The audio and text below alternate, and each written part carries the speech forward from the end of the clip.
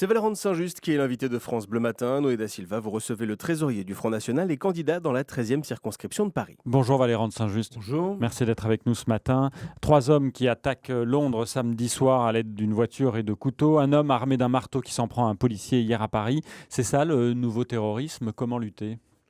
Mais on s'aperçoit notamment avec ce qui s'est passé à Paris qu'ils sont comme des poissons dans l'eau dans un certain nombre de quartiers qui ont été totalement défavorisés par les politiques depuis des dizaines d'années et qu'on a beaucoup de mal à les repérer et à faire attention. Enfin, c'est extraordinaire. Pourquoi vous dites qu'ils sont dans certains quartiers abandonnés? Nous le savons bien.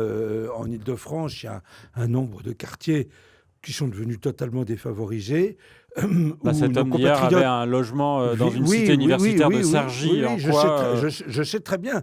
L'assaillant d'hier, alors ça c'est extraordinaire. Il est étudiant à 40 ans. Oui, il est de nationalité doctorant. algérienne. Oui, d'accord. Oui, bon. Il bénéficie d'un logement dans une cité étudiante de Cergy-Pontoise. À 40 ans, il est de nationalité algérienne et il vient agresser. Alors, est-ce que Monsieur Macron, qui a dit pendant sa campagne qu'il voulait créer un office franco-algérien de la jeunesse pour favoriser les échanges entre les deux rives de la Méditerranée, est-ce qu'il va continuer dans son projet? Là, vous êtes en train de dire que tous les Algériens sont responsables.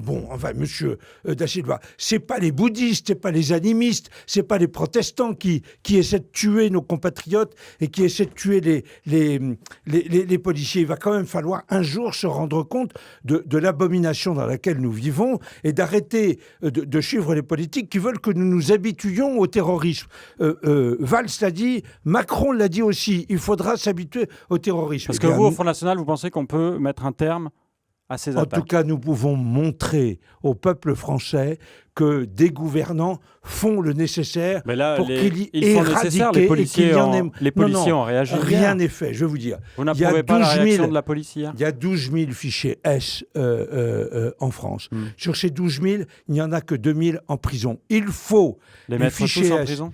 Non, il faut les poursuivre pour l'infraction d'intelligence avec l'ennemi et on pourra à ce moment-là les mettre pour un temps assez long hors d'état de nuire. C'est ce qu'il faut faire et il faut arrêter que nos compatriotes, que ce soit à Paris d'ailleurs à Londres, et que les Anglais aussi, pour lesquels j'ai la même compassion, que les policiers en France se fassent tirer et exploser comme ça l'est à l'heure actuelle.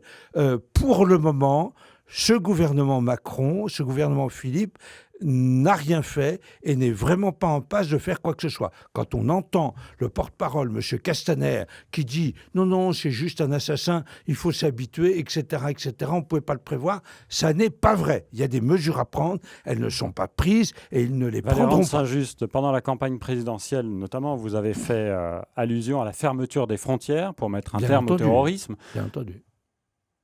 Vous avez vu ce qui s'est passé au Royaume-Uni? Ah oui, on me répond. Il y a des frontières? On me répond. De toute façon, fermeture des frontières. L'Algérien d'hier à Notre-Dame, il est en France depuis 40 ans. Depuis 40 ans, il est étudiant, il est doctorant depuis 40 ans. Alors, fermeture des frontières. Mais enfin, vous n'allez pas me dire que la fermeture des frontières n'est pas quand même un très bon instrument. Il y a énormément... La Grande-Bretagne a des frontières. Mais c'est un instrument que nous possédons, nous, en France, qui peut être mis au point parce que nous n'avons plus ces frontières.